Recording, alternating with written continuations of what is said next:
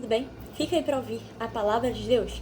Em Atos, capítulo 2, diz assim: A vinda do Espírito Santo no dia de Pentecostes. Chegando o dia de Pentecostes, estavam todos reunidos num só lugar.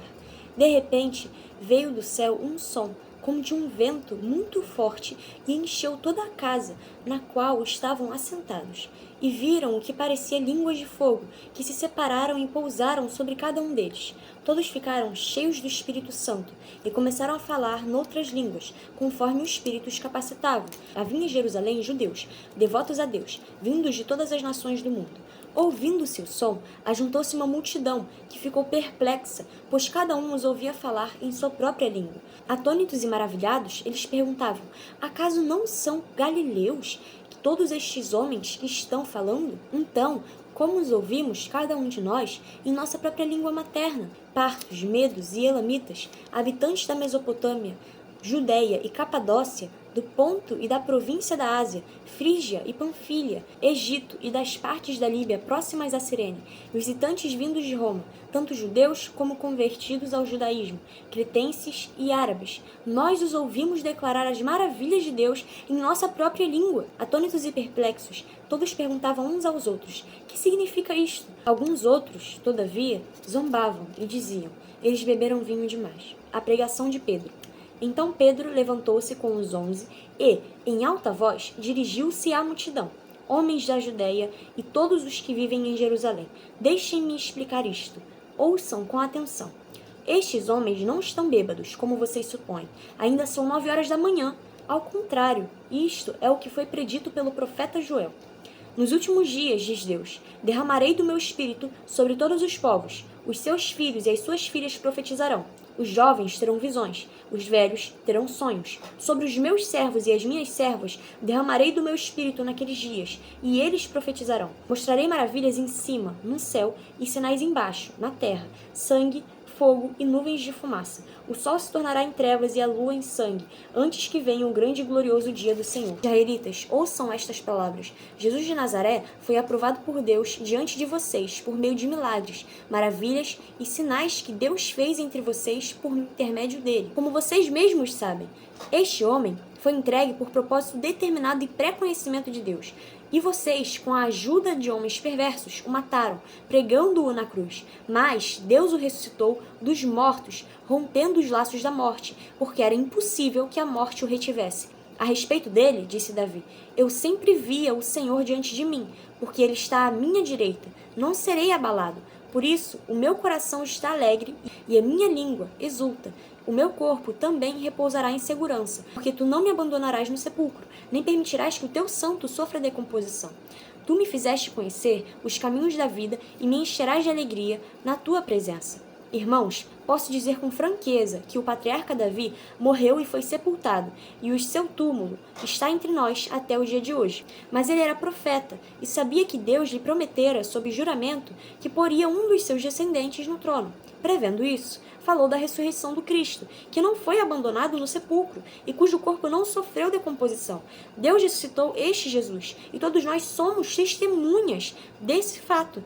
Exaltado à direita de Deus, ele recebeu do Pai o Espírito Santo prometido e derramou o que vocês agora veem e ouvem. Pois Davi não subiu aos céus, mas ele mesmo declarou: o Senhor disse ao meu Senhor: senta-te à minha direita, até que eu ponha os teus inimigos como estrado para os teus pés. Portanto, que todo o Israel fique certo disto: este Jesus, a quem vocês crucificaram, Deus o fez Senhor e Cristo. Quando ouviram isso, ficaram aflitos em seu coração e perguntaram a Pedro e aos outros apóstolos: irmãos, que faremos? Pedro respondeu: arrependam-se e cada um de vocês seja batizado em nome de Jesus Cristo para perdão dos seus pecados, e receberão o dom do Espírito Santo. Pois a promessa é para vocês, para os seus filhos e para todos os que estão longe, para todos quantos o Senhor nosso Deus chamar. Pedro respondeu: arrependam-se e cada um de vocês seja batizado em nome de Jesus Cristo para perdão dos seus pecados, e receberão o dom do Espírito Santo. Pois a promessa é para vocês,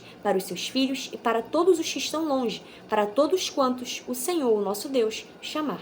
Com muitas outras palavras, os advertia e insistia com eles: salvem-se desta geração corrompida. Os que aceitaram a mensagem foram batizados, e naquele dia houve um acréscimo de cerca de 3.000 pessoas, a comunhão dos cristãos. Eles se dedicavam ao ensino dos apóstolos e à comunhão, ao partir do pão e às orações. Todos estavam cheios de temor e muitas maravilhas e sinais eram feitos pelos apóstolos. Os que criam mantinham-se unidos e tinham tudo em comum. Vendendo suas propriedades e bens, distribuíam a cada um conforme a sua necessidade. Todos os dias continuavam a reunir-se no pátio do templo, partiam pão em casa e juntos participavam das refeições, com alegria e sinceridade de coração, louvando a Deus e tendo a simpatia de todo o povo. E o Senhor lhes acrescentava diariamente os que iam sendo salvos. Aqui então a gente vê muitas coisas acontecendo. O Espírito Santo de Deus vem sobre os apóstolos enquanto eles estavam em casa sentados, em um momento inesperado. Mas o Espírito Santo vem como línguas de fogo e pousa sobre cada um, fazendo-os falar noutras línguas, línguas estranhas. Isso é algo que vem do Senhor, é algo que vem de Deus, é uma profecia sendo cumprida. Aquilo que estava acontecendo naquele momento foi algo que o Senhor já havia determinado que iria acontecer. E Pedro, ao ouvir o que os judeus, aquelas pessoas que estavam lá e viram tudo aquilo acontecendo, estavam dizendo, porque eles conheciam a Jesus, mas eles não serviam a Jesus, porque foram eles mesmos, como está falando aqui, israelitas. Os israelitas, eles mesmos, que foram aqueles que concordaram com os planos perversos de pregar na cruz o Senhor Jesus Cristo. Eles que queriam que o Senhor Jesus passasse por aquele momento. Teve aquele momento em que o povo teve a opção de escolha. E então, os israelitas foram este povo que decidiu que Cristo Jesus seria crucificado. E era com estas pessoas que o Senhor estava querendo falar. Era com estas pessoas que o Senhor usou Pedro neste momento para falar com eles. E eles não entendiam o porquê que tudo aquilo estava acontecendo. Mas então, o Senhor levantou Pedro e começou a falar com eles sobre a misericórdia de Cristo Jesus e o que eles deveriam agir. Porque Cristo Jesus era o Senhor. Porque eles agiram contra o Senhor Jesus, mesmo sabendo de todas as coisas que Jesus fez aqui na terra, porque Deus o fez agir assim. No versículo 22, diz assim: Israelitas, ouçam estas palavras. Jesus de Nazaré foi aprovado por Deus diante de vocês por meio de milagres, maravilhas e sinais que Deus fez entre vocês por intermédio dele, como vocês mesmos sabem. Então, os israelitas, eles sabiam que o Senhor Jesus estava sendo ali, usado por Deus para fazer milagres e maravilhas e trazer sinais que ele era o Messias, que ele era o Senhor. Porém, o povo israelita, muitos creram, mas muitos também não creram. E esta parte foi aqueles que estavam distantes do Senhor, foram aqueles que decidiram tomar essa atitude de crucificar o Senhor Jesus. Mas era com essas pessoas que o Senhor estava querendo falar. Essas pessoas que, ao ouvir essa pregação, arrependeram-se dos seus erros e pecados. Por causa do Espírito Santo, o Espírito Santo os convenceu e eles foram batizados em nome de Jesus. E Pedro diz aqui que quando eles são batizados em nome de Jesus, eles vão receber o dom do Espírito Santo. E então eles começarão a compreender aquilo que o Senhor estava fazendo ali com eles naquele momento. Então, cerca de 3.000 pessoas aceitaram a mensagem e foram batizados em nome de Jesus. E eles passaram a ter a comunhão com os irmãos, com os cristãos. E essa comunhão tinha uma união ali, uma comunhão muito intensa entre os irmãos. A comunhão de partir o pão juntos, de orarem ali, eu creio que também juntos, de fazerem as refeições juntos, de estarem sempre em comunhão. No versículo 42, diz assim: a comunhão dos cristãos. Eles se dedicavam ao ensino dos apóstolos e à comunhão, ao partir do pão e às orações. Então eles estavam ali sempre se dedicando para o Senhor, para glorificar a Deus, para exaltar o Senhor e para ter ali um momento de intimidade com Deus e realmente se aproximar mais do Senhor Jesus, buscando mais ao Senhor Jesus e buscando ter experiências com o Senhor. E é isso que o Senhor quer de nós, uma atitude de começar a buscar o Senhor, independentemente do que você fez, porque poxa, essas pessoas aqui eram os israelitas, era o povo escolhido por Deus, mas o povo escolhido por Deus foi aquele povo que decidiu que o Senhor Jesus Cristo deveria ser crucificado. Ele deveria não, porque ele não cometeu pecado nenhum, mas os israelitas agiram injustamente. Mas era com essas pessoas que o Senhor Jesus queria que se arrependessem, queria trazer essas pessoas para o seu celeiro, trazer essas pessoas como as ovelhas do Senhor. E o Senhor quer que você seja uma ovelha dele.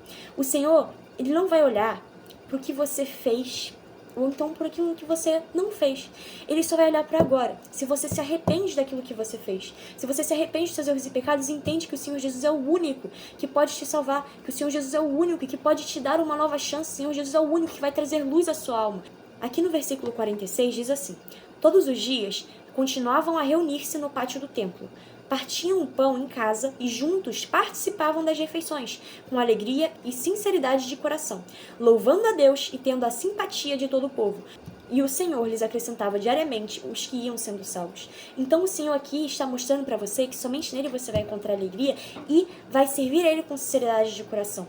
Talvez nesse mundo você pode ter muitas amizades que podem aparentemente ser amizades. Pessoas que estão sempre lá com você, mas quando as situações realmente ruins começam a passar para situações ruins, começam a vir, essas pessoas elas passam a se afastar. Aquelas pessoas que estavam com você estavam por interesse do que você poderia fazer por elas. Mas aqui, quando você começa a servir o Senhor Jesus e você começa a estar em comunhão com aqueles que são servos do Senhor Jesus, que servem ao Senhor Jesus verdadeiramente, todos estão em união, porque todos entendem que são membros de um só corpo, do corpo de Cristo, e todos precisam estar em comunhão ali, buscando ao Senhor Jesus, exaltando ao Senhor, e alegres, porque essa alegria vem do Espírito Santo. E toda essa tristeza que o mundo te dá só vai te levar à destruição. E não somente destruição física, mas a destruição eterna. Mas o Senhor Jesus, ele te convida hoje a se arrepender neste momento, a aceitá-lo como seu único e suficiente Salvador. E a crer de todo o seu coração e confessar com a sua boca que somente o Senhor Jesus é o Senhor.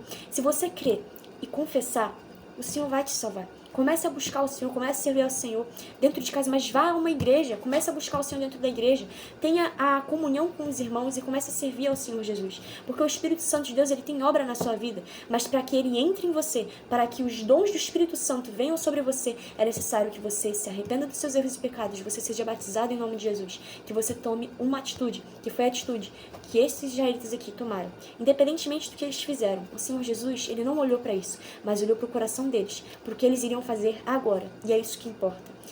Jesus te ama muito e te convida hoje a uma mudança.